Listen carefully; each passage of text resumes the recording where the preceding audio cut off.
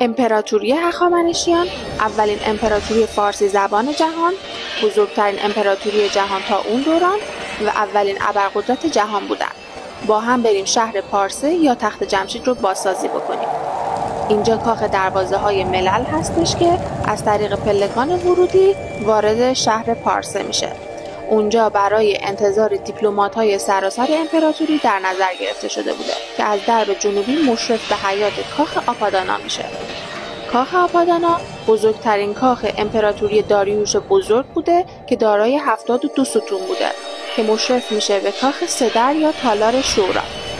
تالار شورا دارای 3 در بوده که از درب شمالی شاه عبور میکرده، از درب جنوبی به کاخ تاچارا راه داشته و از درب غربی به کاخ ملکه. کاخ تاچارا کاخی بوده که خشایارشاه برای خودش و همسرش حدثه ساخته بوده که اون از طریق حیاط خلوتی به کاخ ملکه راه داره. کاخ ملکه یا حرمسرا از درب شرقیش به کاخ سدر راه داشته و از درب جنوبیش به کاخ صدستون.